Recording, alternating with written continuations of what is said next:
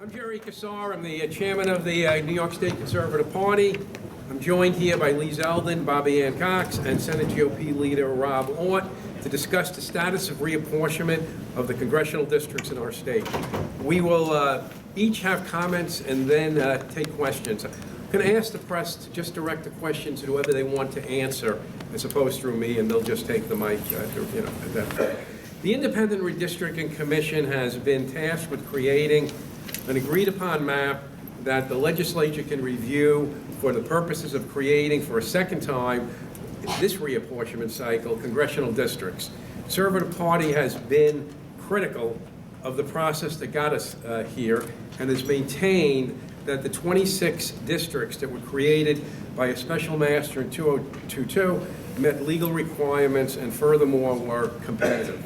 The Court of Appeals decision went to the process, but not to the lines themselves. The Conservative Party supports the current lines, the existing lines were run on in 2022, being the agreed-upon lines through it as this process moves forward.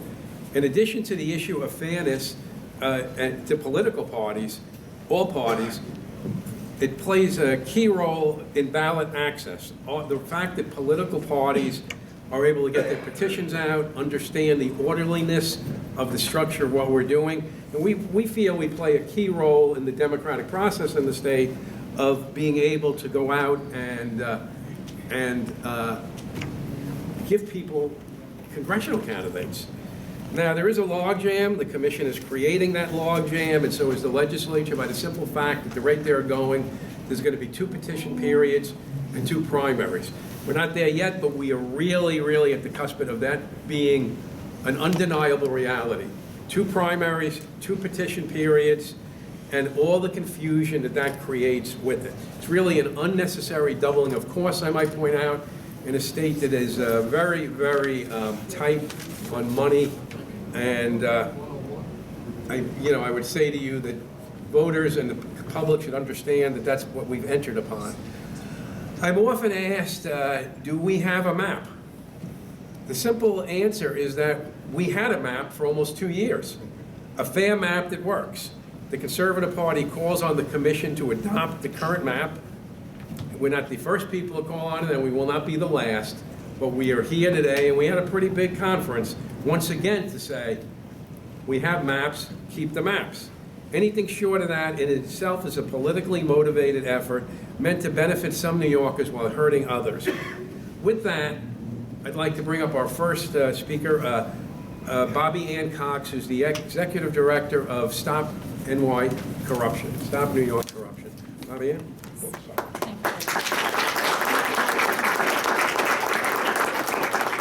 Thank you, Jerry. Thank you all for coming today. As Jerry said, my name is Bobbie Anne Cox, and I'm here today as the spokesperson for Stop New York Corruption, which is a nonpartisan organization, and we're working to educate the public about the current situation with regards to the redistricting and what's going on with our congressional map here in New York State. After a tumultuous couple of years of fighting it out in the courts, the fate of our congressional districts is back in the hands of the Independent Redistricting Commission, or IRC. As per the latest court order, the IRC has until February 28th to issue a congressional map. The IRC is comprised of 10 members, all appointed. 5 are Democrats, 5 are Republicans. But this is not about Democrat or Republican. In fact, though I'm here today with the Conservative Party, and I'm here today with some Republican leaders, I myself am a lifelong Democrat. So this is not about one political party or another. This is about fair elections. This is about protecting our sacred right to vote and the power to elect our representatives in the lawmaking process. This is about the will of the people of New York State to choose their member of Congress, and a fair map means a fair election. We already have a fair map. Our current congressional map was put in place back in 2022 when the court ordered an independent special master to draw the map. That was after the IRC had failed to do so, and then the legislature illegally stepped in and drew gerrymandered maps that heavily favored one political party. This then began the litigation that has ensued in our courts for 2 years now. New Yorkers are tired of fighting over a map. They're tired of the confusion. They are tired of the wasted time and the wasted energy and the wasted resources. We have a fair map which was drawn in 2022 and was used in the 2022 congressional elections, and that yielded very competitive races here in New York State for the first time in a very long time. It yielded 15 Democrats and 11 Republicans that were sent to the United States House of Representatives to represent New Yorkers in Congress. Nobody has ever challenged the current map. Nobody thinks the current map is gerrymandered. Nobody thinks the current map is unfair. That was never argued in a court of law. Certainly, if the redrawing of the map now at the hands of the IRC yields an unfair map, litigation will certainly ensue yet again. This will in turn delay the primaries. This might cause 2 primaries, as it did a couple of years ago, and it would cost New Yorkers up to $120 million, according to Bloomberg government. So unfair maps waste time, they waste energy, and they waste resources. According to a recent poll, 81% of likely New York voters say that they believe gerrymandering is a form of cheating. And 78% of voters, according to that same poll, believe that gerrymandering leads to more corruption. Gerrymandering is explicitly outlawed in our New York State Constitution. New Yorkers have spoken loud and clear, we do not want gerrymandered districts. And so, Stop New York Corruption is calling on the IRC to adopt the current congressional map. It is the most logical and fair answer to this situation. It will appease all sides. For more information and to join us in this push for fair elections, please go to our website, stopnycorruption.com. Thank you for coming. Thank you again for having me, Jerry. Very well. I'd like to bring our former gubernatorial candidate and longtime Congressman Lee Zeldin to the microphone. The answer is obvious. The IRC should adopt the current maps. For the members of the media who are here, thank you for being here. When the opportunity presents itself to ask questions to the governor and legislative leaders as to why not just adopt the current map, maybe they will tell you, well, we don't want to get involved in this process. We don't want to interfere. Right now, it's in front of the IRC, the Independent Redistricting Commission. Or maybe they'll give you a straight answer. I doubt it. So they're taking an independent view. Is that what we're all going to just play along with? No. A decade ago, a constitutional amendment passed, a statewide ballot, where New Yorkers of all walks of life, Republicans, Democrats, conservatives, independents, they all said that they wanted to take this process out of the legislature's hands and have an IRC to create a map. Now, the people in power up in Albany, present company excluded, and our good friend Mr. Barkley, they decided that they had to amend the Constitution in order to give power back to the legislature. So what happened? They put a constitutional amendment back to a statewide ballot, and once again, Republicans and Democrats and conservatives and independents with a large majority said they didn't want to amend the Constitution. The will of the people, does that matter? The Constitution, does that matter? It was crystal clear what they wanted to have happen, an independent redistricting commission. So, all right, they lost the vote. That should be it, right? No. The legislature tried to redistrict the lines anyway, ignoring the Constitution, ignoring the will of the people. So it goes to court at the New York State Court of Appeals, and what do they say? You can't do that. Obviously, you rule on the merit. It's a simple decision for the New York State Court of Appeals, but that's not good enough. The powers that be up in Albany then decide to have, what, a fourth bite at the apple? After they lose the 2022 election. So they end up swapping out one of the justices on the New York State Court of Appeals, and then they end up getting a Court of Appeals justice to recuse herself because they wanted to stack the deck. How much abuse of power in this state is needed? I'm not here as a candidate, I'm not here as an elected official. Call me a concerned New Yorker. And one of the benefits of that is that I could maybe be even more candid than I've been in the past. This state is falling to shit. Okay?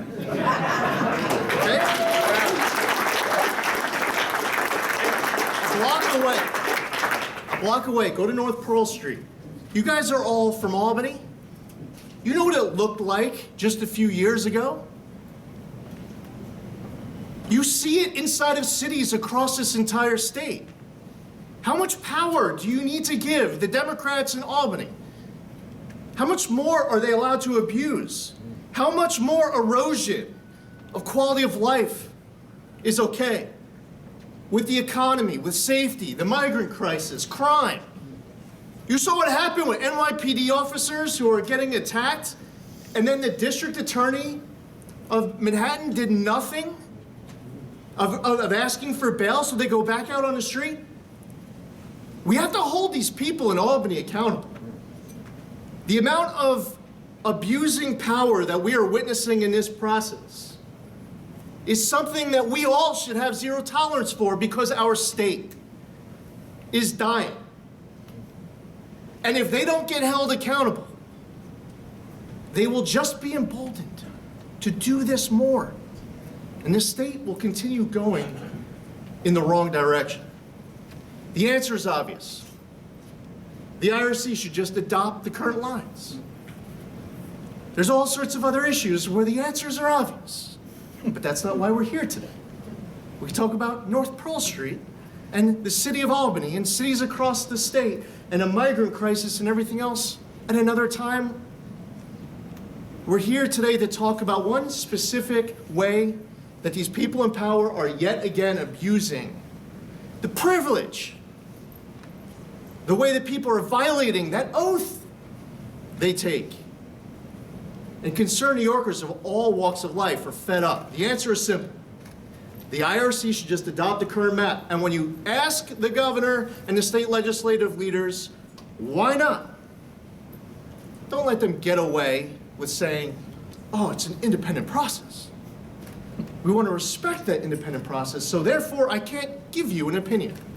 When you all know that at the end of the day, where this is heading is to go to a state legislature to allow a supermajority Democrat Assembly and Senate and a Democrat governor for solely a quest for more power, as if they don't have enough,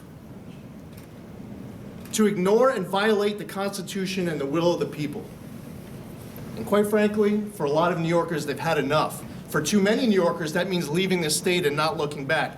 We're still here, and it's up to all of us to make sure that we're turning things around. And this is the way today that those in power right now in Albany are looking to abuse that power, to give themselves just a little more power to be able to stay in office at the expense of the future of New York.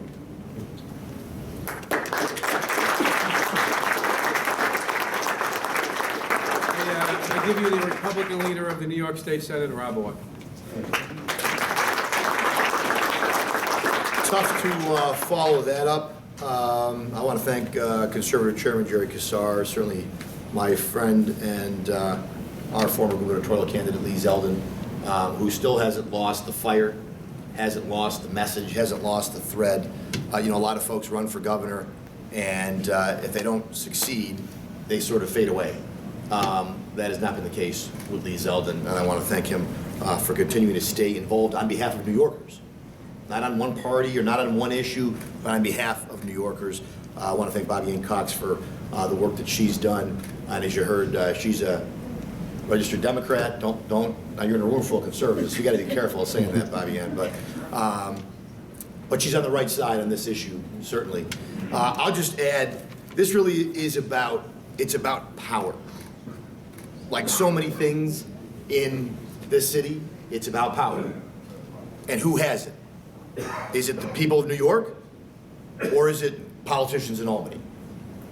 Lee talked about all those issues, and he said, we're not going to talk about all these issues, but I think it's important that he referenced them, because this does go hand in hand with what we're talking about here today.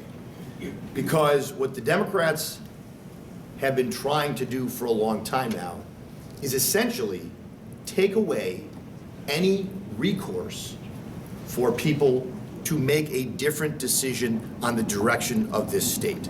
That's what this is about. They've gone, I could talk about all the legal gymnastics that we went through to even get to this point. You almost couldn't have written it up better if you were doing a Hollywood show or script. The amount of legal wrangling, maneuvering, blocking, getting people out of office, blocking people from coming into office, all so we could end up at this moment.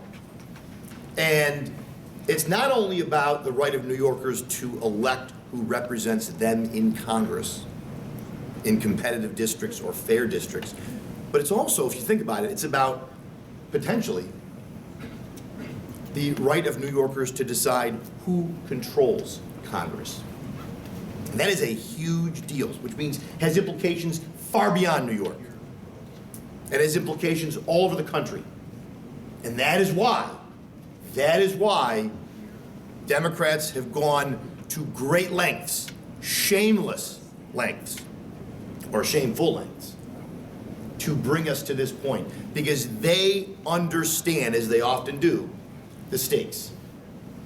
Sometimes I think we miss the stakes. Sometimes I don't think we quite get the stakes on the conservative, on the center-right side of the aisle as to what really is going on here. And maybe all of you do, maybe some members of the media do.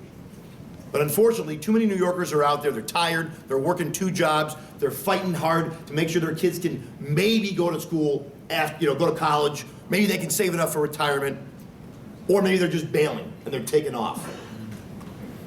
And so the Democrats are counting on that apathy. They're counting on apathy and that people aren't going to be paying attention, redistricting, who knows what that is. Who really understands, what average New Yorker out there really understands how they get to that choice when they walk in November or in June or on whatever other primary date is selected. When they go in there and there's 2 names on the ballot for Congress, very, very few understand how that actually came into being. This is one of those moments. This is one, and I want to thank the Conservative Party for hosting this presser. Because this is about constitutional government in New York State. It is about constitutional government in the United States of America. Remember, the first map that was struck down by the court that led us on this Don Quixote journey to where we are today, they ruled that the Democrat map, approved by the Democrat legislature, was a gerrymandered map. This last opinion, while I did not agree with it, nowhere did they say that the lines or the map were faulty or gerrymandered or wrong in any way. They criticized, I guess, the process by which it was produced, that everything was not followed according to the New York State Constitution. But they never said the map itself was wrong. And so, as Lee has said, as Chairman Kassar has said, as Bobbie Anne said, the right answer here, it's never too late to make the right decision. The right answer is for the IRC to send a map to the legislature that is the current map, that reflects the current lines. Redistricting is supposed to happen once every 10 years, not once every 2 years. And that's where we're headed.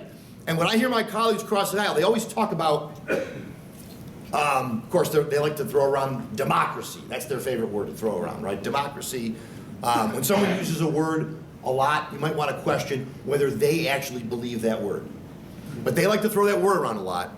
And they always talk about we need to increase voter participation in our elections. Ask yourself this: does changing the lines every other year cause more confusion and cause more New Yorkers to participate, or less? Less. It's not only more expensive, but you're actually causing more confusion for the average New Yorker, not knowing who their member of Congress is going to be, what district they live in. That is textbook sowing confusion, apathy, and trying to get the result that the Democrats clearly are, which is they are unhappy with how the elections went in 2022. That's what stems from. Had they won control of Congress, had they won more seats in New York, we wouldn't be here today. But that is why we are where we are, and that is why, all the more, it is important for the IRC to do the job that they have been constitutionally mandated to do, which is to provide fair elections, competitive districts in the state of New York. We have such a map. All they have to do is send the current map to the legislature, and I can promise you, every single one of my members in a Republican conference will vote to approve that map. So I want to thank you all for being here. I want to thank my fellow speakers. God bless you. Question from the press, and it's only from the press, not from anyone else. Press.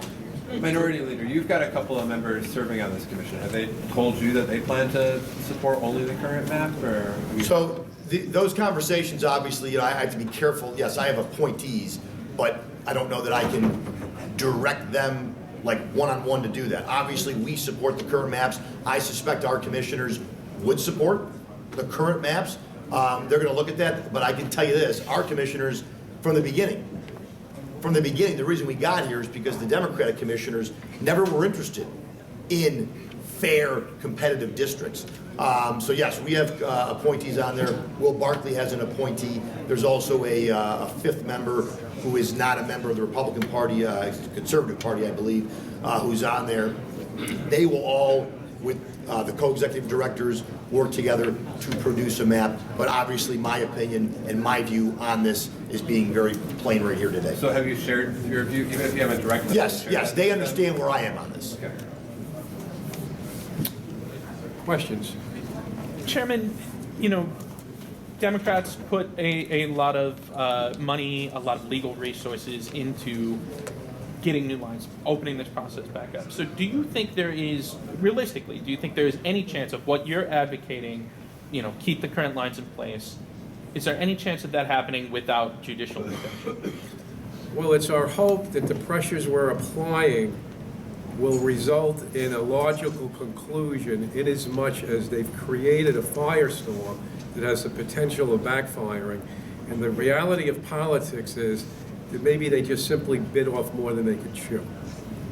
So that would be my answer. So when you say it has the potential to backfire, in what way? Well, efforts are being made, as you see, to speak to the voters and understand that they're incumbents.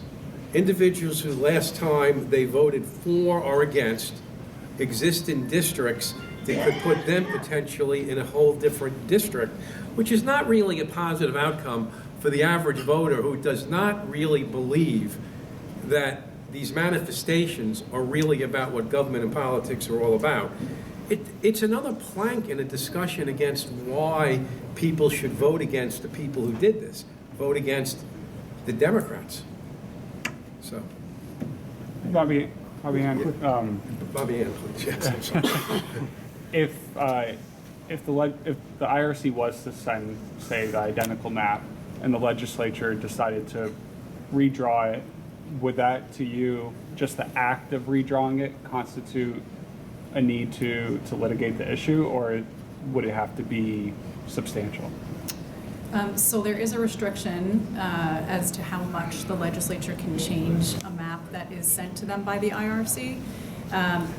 If what happened in 2022 happens again in 2024, where the legislature severely, basically draws their own map and then severely gerrymanders it, I am sure there will be litigation that ensues. The process is, it's two things. The process needs to be followed properly, as laid out in our Constitution, but also the resulting map needs to be fair and not gerrymandered.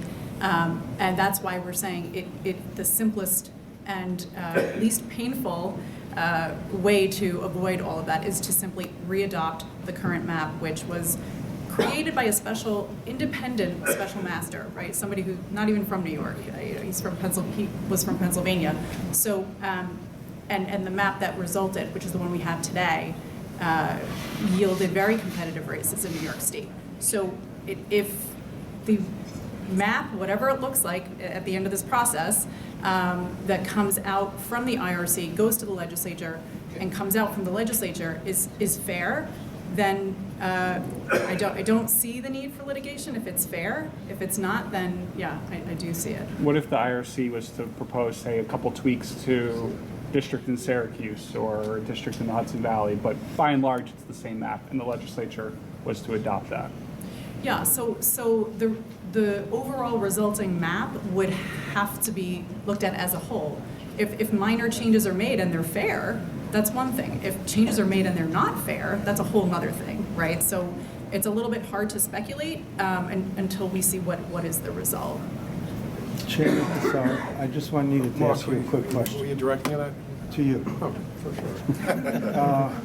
I wanted to ask you, aside from the lines, don't you need good candidates that are good, like we had Lester Chang and Michael Novikov, Alec Well, Bukowski, it's and 26 they can win, Republicans and conservatives can win in Democrat-led and Democrat-dominant Well, districts. it's 26 congressional seats, and let me suggest to you, we start with 11 good ones because we're about to win the seat on Long Island the 3rd.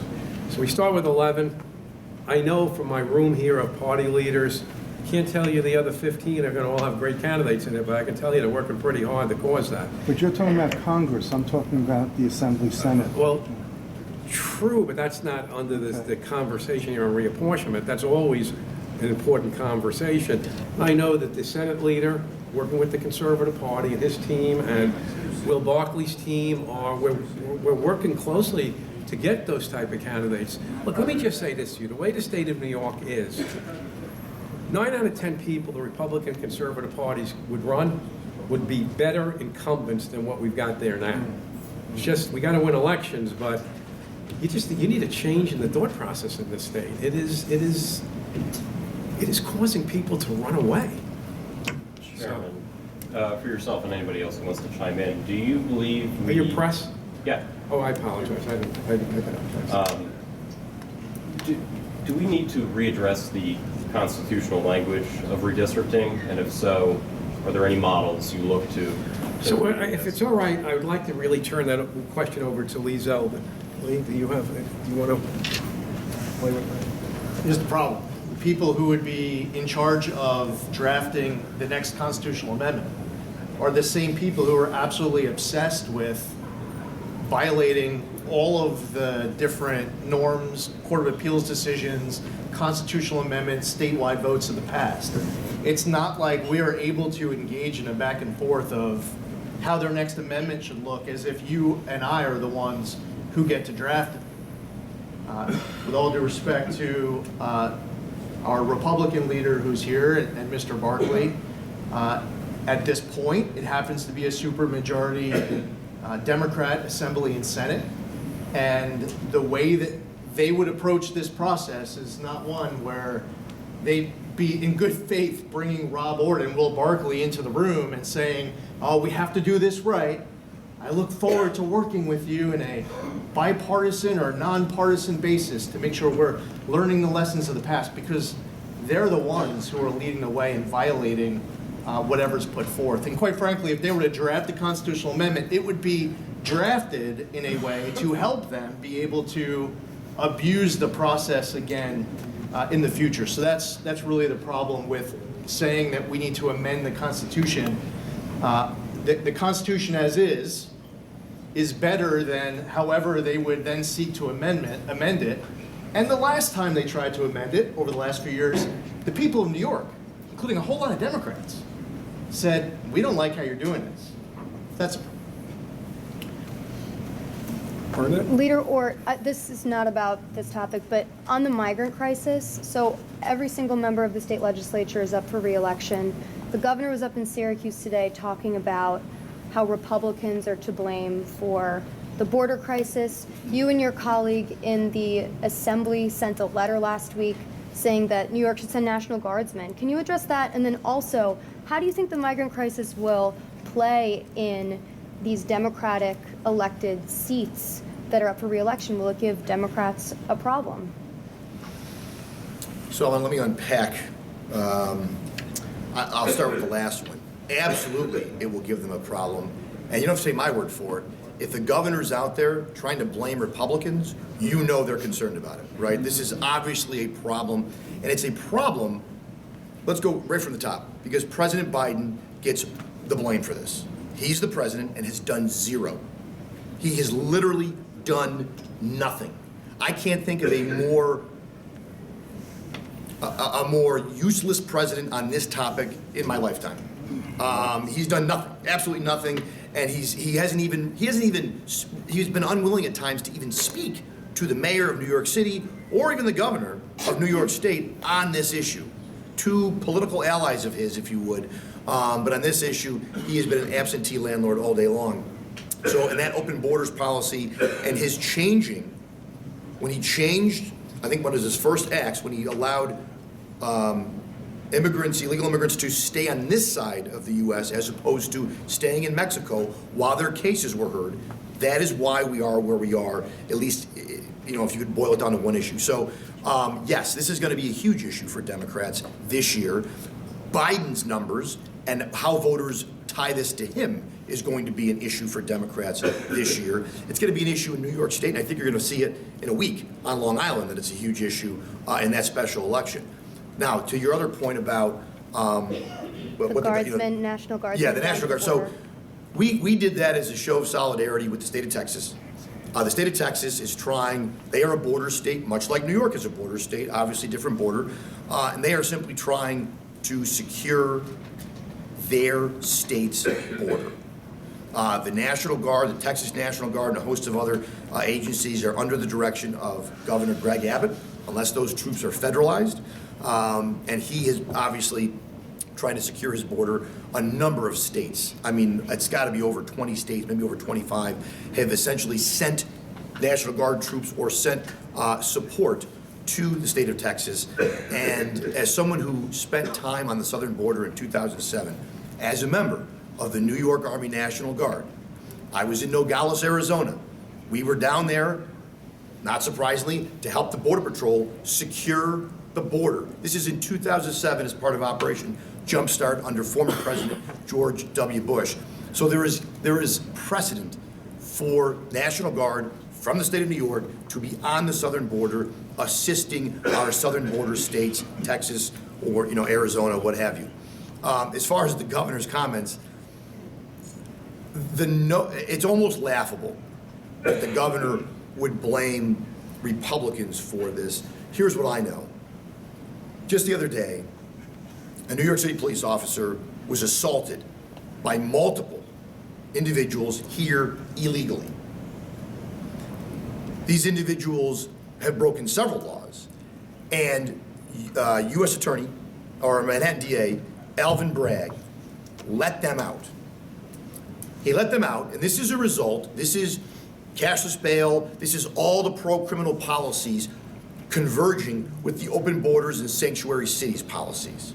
That's what this is. This is literally these policies coming together and showing New Yorkers this is what Democrat policies get you. Meanwhile, individuals who had a fake vaccine card, they got the book thrown at them by the same district attorney, Alvin Bragg. The governor made the comment they should be deported. If she wants them deported, well, she's going to have to do some different things. She's going to have to remove Alvin Bragg, which is what she should have done the day after this. When Alvin Bragg tells you I have to review the footage, I've reviewed the footage. I'm no attorney. I can tell you those folks should be deported now. This is a federal crime what they did, but they're gone. They're gone. That's the result of sanctuary city policies. When they're released back out, New York City Police Department cannot cooperate with our federal law enforcement partners. They're gone. So those folks who assaulted that cop will never be brought to justice, at least in the state of New York, until they harm somebody else. And so if the governor wants them deported, there's things she can do to take action. Until she does that, she owns this crisis. Her and Mayor Adams own this crisis. Her, Mayor Adams, and President Biden own this crisis. And every single New Yorker and every American knows.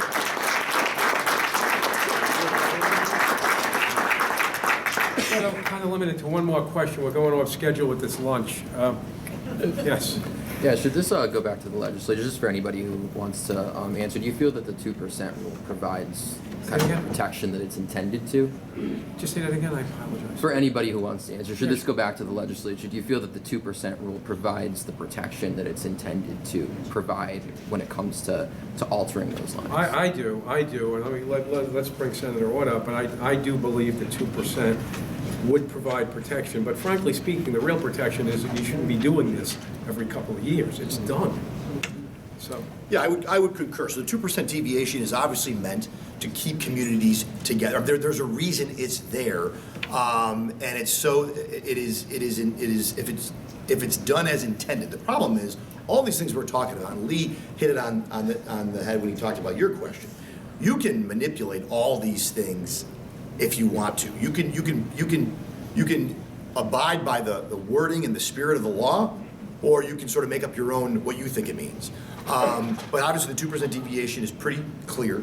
I think it's not about protection for me or for a senator or for this. It's about protection for New Yorkers and the 300,000 in the case of a state Senate district, or the 900,000 in the case of a congressional. I mean, you're talking about a lot of people for one congressional district. So you want to try to keep these communities together where you can. I think it does limit, in this case, the damage they can do, but the chairman hit it on the head. We have the answer. The answer is the current map. No one has said, not one of those judges, many of whom do not share my political philosophy, or Lee Zeldin's, or Chairman Kassar, or even Bobbie Anne Cox for that matter, but they did not say at any point that these maps were wrong, were gerrymandered, were faulty. They simply said that they had to go back, and you sort of missed a step, right? It's sort of like when they say you got to reread the jury instructions. Doesn't mean the guy's innocent.